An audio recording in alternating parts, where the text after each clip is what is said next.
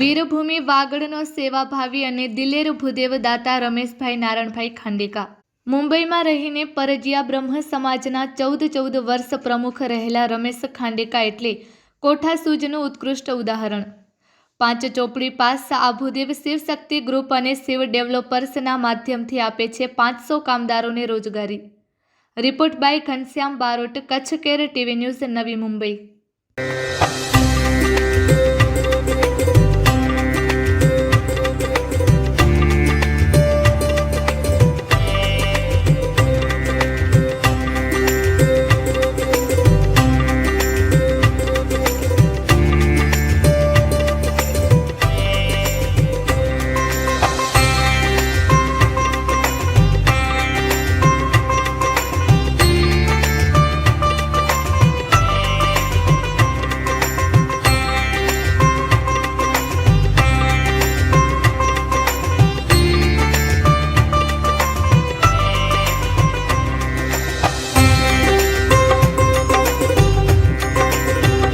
નમસ્કાર દર્શક મિત્રો, હું ઘનશ્યામ બારોટ ને આપ જોઈ રહ્યા છો કચ્છ કેર ટીવી ન્યૂઝ। ખાસ તો આજે હું બેલાપુર છું, એટલે કે નવી મુંબઈ। મને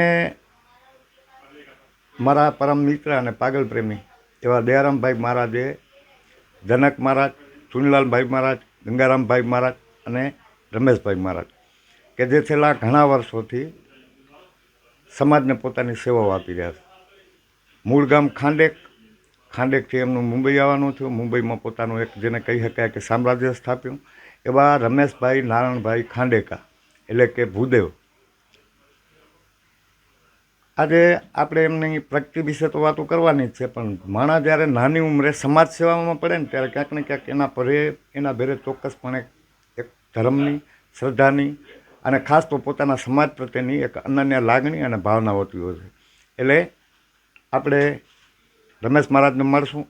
ખાસ તો દેવ, તમારા વિશે મેં તમારાથી વધારે સાંભળીને આવ્યો છું, એટલે તમે જે સમાજમાં સેવા આપી એનાથી પહેલાં આપણે શરૂઆત કરશું। મુંબઈ તમે કઈ સાલમાં આવ્યા અને આવી અને શરૂઆત કયા ધંધાથી કરી? 1990માં મુંબઈમાં આવ્યો।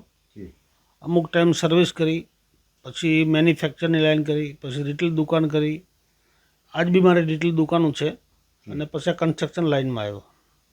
ખાસ તો દેવ, દેશમાંથી અહીંયા આવું આમ મેં જોયું છે કે મુંબઈમાં તમે જ્યારે, દર્શક મિત્રો હું આપને જણાવી દઉં કે મુંબઈને જે સમજી શક્યા છે, જે એના નિયમો મુજબ હાલ્યા છે ને એ જ સફળ થયા છે। બાકી દેશમાં ઘણા બધા મુંબઈથી આવી પાછા આવી ગયા છે, પણ જેણે મુંબઈને, હું તો ચોક્કસપણે કંઈક જે મુંબઈને પી ગયા છે એના નિયમો, નીતિ અને ખાસ તો જેને કહી શકાય કે મુંબઈ એટલે ઘડિયાળના કાંટામાંથી તમારે ફરજિયાત હાલવું પડે ને કે તમે ફેંકાઈ દો।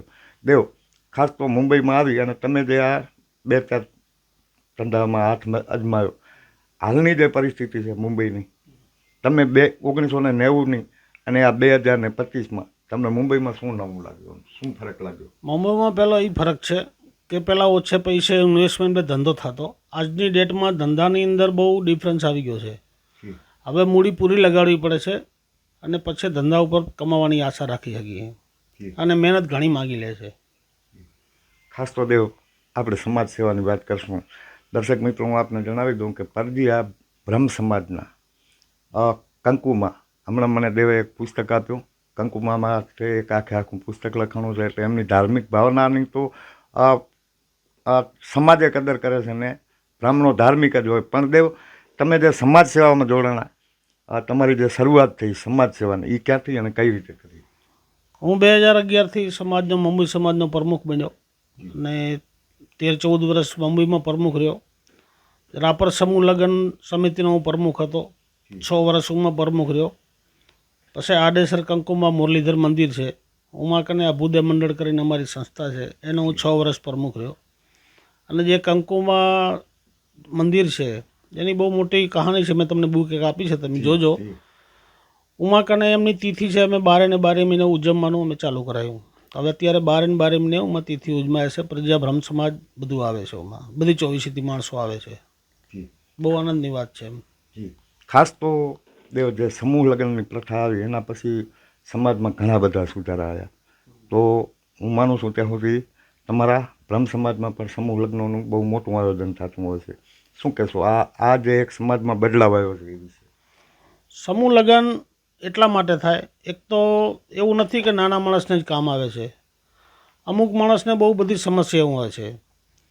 દેશની અંદર મકાન હોય પોતાનું, કોઈ રહેતું ન હોય, બંધ પડ્યું હોય. આજ મિની સિટીમાં કોઈ મેટ્રો સિટીમાં માણસો બહાર રહેતા હોય, એ અહીંયા લગ્ન ના કરી શકતા હોય, એના કેમ કે સગાવાળા એટલા ન હોય, તો એને દેશમાં લગ્ન કરવા હોય તો ઘર બંધ હોય. પછી અલગ અલગ લગ્ન થતા હોય, એક મહિનો આખો મહિનો લગ્ન ચાલતા હોય, તો માણસોને બહારથી આવવું જવું બહુ તકલીફ થાય, ટાઈમ વેસ્ટ થાય. ખર્ચો તો ઠીક થાય જ છે, પણ ટાઈમ વેસ્ટ બી થાય. અને સમૂહ લગ્ન એવા છે કે એક જ દિવસની અંદર કામ પતી જાય. જેટલા બી લગ્ન હોય, 40 દીકરી હોય, 40 દીકરા હોય, બધાને એક જ જગ્યાએ એક જ દિવસે કામ થઈ જાય. તો એમાં સમય બી બચે છે, પૈસા બી બચે છે માણસોના, અને બધાનો ટાઈમ બી બચે છે. આના હેતુથી સમૂહ લગ્ન સારા છે. ખાસ તો દેવ ખાંડેક એટલે હું માનું છું કે તમારી મહદઅંશે તમારી વસ્તી વધારે છે ખાંડેકમાં. ખાંડેકથી તમે જ્યારે મુંબઈમાં આવ્યા ત્યારે આમ શું વિચારીને આવ્યા હતા કે આવડી મોટી તમે લાઈનમાં જાશો મુંબઈમાં, આવડી મોટી બિલ્ડિંગો, આ બધી જે બિલ્ડિંગો શરૂઆતમાં તમે જોઈ ત્યારે ક્યારેક કેવા વિચાર આવતા હતા? કારણ કે ખાંડેકમાં તો એ વખતે હું માનું છું કે ધાબાવાળા મકાને એટલા નહોતા 1990માં. સાદા મકાન. જી જી. એટલે આ જે બધો આ વૈભવ જોયો મુંબઈનો ત્યારે કેવા વિચાર આવતા હતા? વિચાર એટલે આપણે એવું હતું કે દેશમાં તો જો દુષ્કાળ બહુ પડતા. અમારા ગામમાં ઠીક છે વાડીઓ હતી, પણ ઘર પૂરતું હાલતું, એવું કાંઈ લાંબુ ન વરતું. તો મુંબઈ આવ્યા એટલે એવો વિચાર થયો કે હાલો હું કંઈક પ્રગતિ કરશું. હું કાંઈ એટલો ભણેલો બી નથી, પ્રાથમિક શાળામાં 5-6 ચોપડી જ ભણેલો છું. પછી અહીંયા થોડા દિવસ આવીને નોકરી કરી એવું જોયું કે આના કરતાં બિઝનેસમાં ક્યાંક બિઝનેસ કરશું તો જ આગળ આવશું, નોકરીમાં કોઈ દિવસ આગળ નહીં આવીએ. એટલે બિઝનેસ નાનો મોટો ચાલુ કર્યો, મેન્યુફેક્ચર લાઈન ચાલુ કરી. એટલી સક્સેસ ના ગઈ, પછી રિટેલ દુકાન ચાલુ કરી. તો રિટેલ દુકાનમાંથી પછી અહીંયા કન્સ્ટ્રક્શન લાઈન, બિલ્ડર લાઈનમાં આવ્યો. ખાસ તો દેવ મેં એ જોયું છે કે લગભગ બહુ ભણેલા હું કોઠા ઉજવાળા પાસે નોકરી કરતા હોય. તમે 5-6 ચોપડી ભણેલા છો, પણ હું માનું છું ત્યાં સુધી તમારા જે એમ્પ્લોય હશે, તમારી પાસે જે કામ કરે છે ને એ બધા ગ્રેજ્યુએટ હશે, એન્જિનિયર હશે. એટલે ક્યાંક ને ક્યાંક તમને શું લાગ્યું આપણી જે કોઠાહૂદ છે, જેમ કે અત્યારે આપણા ગૃહમંત્રી આસપાસ જ છે, પણ આ આખા ગુજરાતનું પોલીસ તંત્ર એમના હાથમાં છે. એટલે ક્યાંક ને ક્યાંક હું એવું માનું છું કે કોઠાહૂદ જે માણસની છે, જેમ કે ભત્તુભાઈ, એ કાંઈ બહુ ભણેલા નથી. મહાદેવ ભૂષણ હોય, મહાદેવ ગણેશા વાવ્યા હોય, બરાબર. હા, એટલે મેં એ જોયું છે કે આપણા વાગડની જે અનન્ય કોઠાહૂદ છે એના વિશે શું કહેશો? આપણી જે વાગડ ભૂમિ છે, જેને કહેવાય વીરભૂમિ વાગડ, આ વાગડ વિસ્તારમાંથી જેટલા બી માણસો મુંબઈની અંદર છે, આજ બિલ્ડર લાઇનમાં અમારા કને ઘણા લેવા પાટીદાર સમાજના ભાઈઓ છે. ભલે એ બી કોઈ એટલા ભણેલા નથી, પણ એમની મહેનત અને કોઠાસૂદ તમે જે કહો છો ને અનુભવ, એ આ બધો ઘણો છે. એને ઈચ્છાને પૂરી આપણી ઈમાનદારીથી ધંધો કરવાનો. અત્યારે તમે જે સામાજિક લેવલે તમે કોઈ હોદ્દા ઉપર ખરા? હમણાં મેં અત્યારે કોઈ હોદ્દો નથી, પૂર્વ પ્રમુખ છું. 3 જગ્યાએથી મેં રાજીનામું દઈ દીધું છે. બરાબર. એટલે મતલબ કે 15 વર્ષ સુધી મુંબઈ બ્રહ્મ સમાજના પ્રમુખ રહ્યા. ખાસ તો અત્યારે જે હવે તો આપણે ત્યાં દર્શક મિત્રો હું આપને જણાવી દઉં કે જ્યારથી માં રહેવાનું આગમન રાપર તાલુકામાં થયું ત્યારથી એક ખેતી ક્ષેત્રે આપણે ખૂબ દેવ પ્રગતિ કરી છે.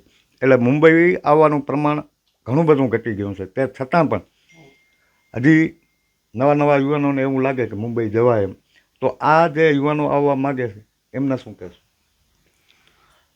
મુંબઈની અંદર આવે તો સારું જ છે, ખરાબ નથી, પણ અહીંયા કને મહેનત લાગે છે. ટાઈમથી આવવું, ટાઈમથી મહેનત કરવી, તો જ માણસ અહીંયા સક્સેસ થઈ શકે. એવું નહીં કે આજ બપોરનું કામ છે, આપણે સાંજના કરશું તો ન મેળવે. મતલબ કામમાં લાગ્યું પડ્યું રહેવું પડે. ચોક્કસ. તો દર્શક મિત્રો, આ હતા રમેશભાઈ નારણભાઈ ખાંડેકા. અને ખાસ તો મુંબઈમાં જો તમારે આવવું હોય, મેં જેમ પહેલાં તમને વાત કરી એમ કે તમારે સમયને સાચવવો પડે. તમે સમયને સાચવશો તો મુંબઈ ચોક્કસ તમને સાચવશે. અને એ અત્યારે તમે રમેશ મહારાજમાં જોઈ શકો છો, ખાંડેક જેવા ગામમાંથી 5 ચોપડી ભણીને આવતા વ્યક્તિ પાસે જ્યારે દેવ અત્યારે તમારી પાસે કેટલા કર્મચારીઓ હશે? મારી પાસે 8-10 ઓફિસમાં કામ કરે છે, સાઇટ ઉપર અલગ હા. અને રિટેલ શોપમાં જે છે એ અલગ. તો પણ અનુમાન સાઈટ ઉપર માણસો હશે એટલે 100-150 માણસો તો બધા ભેગા એ લેબર બધા હોય એના હોતથી થાય. તો દર્શક મિત્રો 5 ચોપડી ભણેલો માણસ જો 150 થી 200 વ્યક્તિઓને રોજગારી પૂરી પાડી શકતો હોય તો એ કોઠાહૂદના કારણે જ પડે. બાકી ભણેલા લગભગ મેં જોયું છે કે નોકરી જ કરતા હોય છે, એનાથી આગળ નથી જઈ શકતા. કારણ કે એજ્યુકેશન તમને તમારામાં જ્ઞાન ચોક્કસ નાખે, પણ જે અનુભવ તો કોઠાહૂદથી જ આવતો હોય એનું સીધું અને ઉત્કૃષ્ટ ઉદાહરણ એટલે Rameshbhai Naranbhai Khandekar. Ghanshyam Barot, Kutch care TV news, Belapur, Navi Mumbai.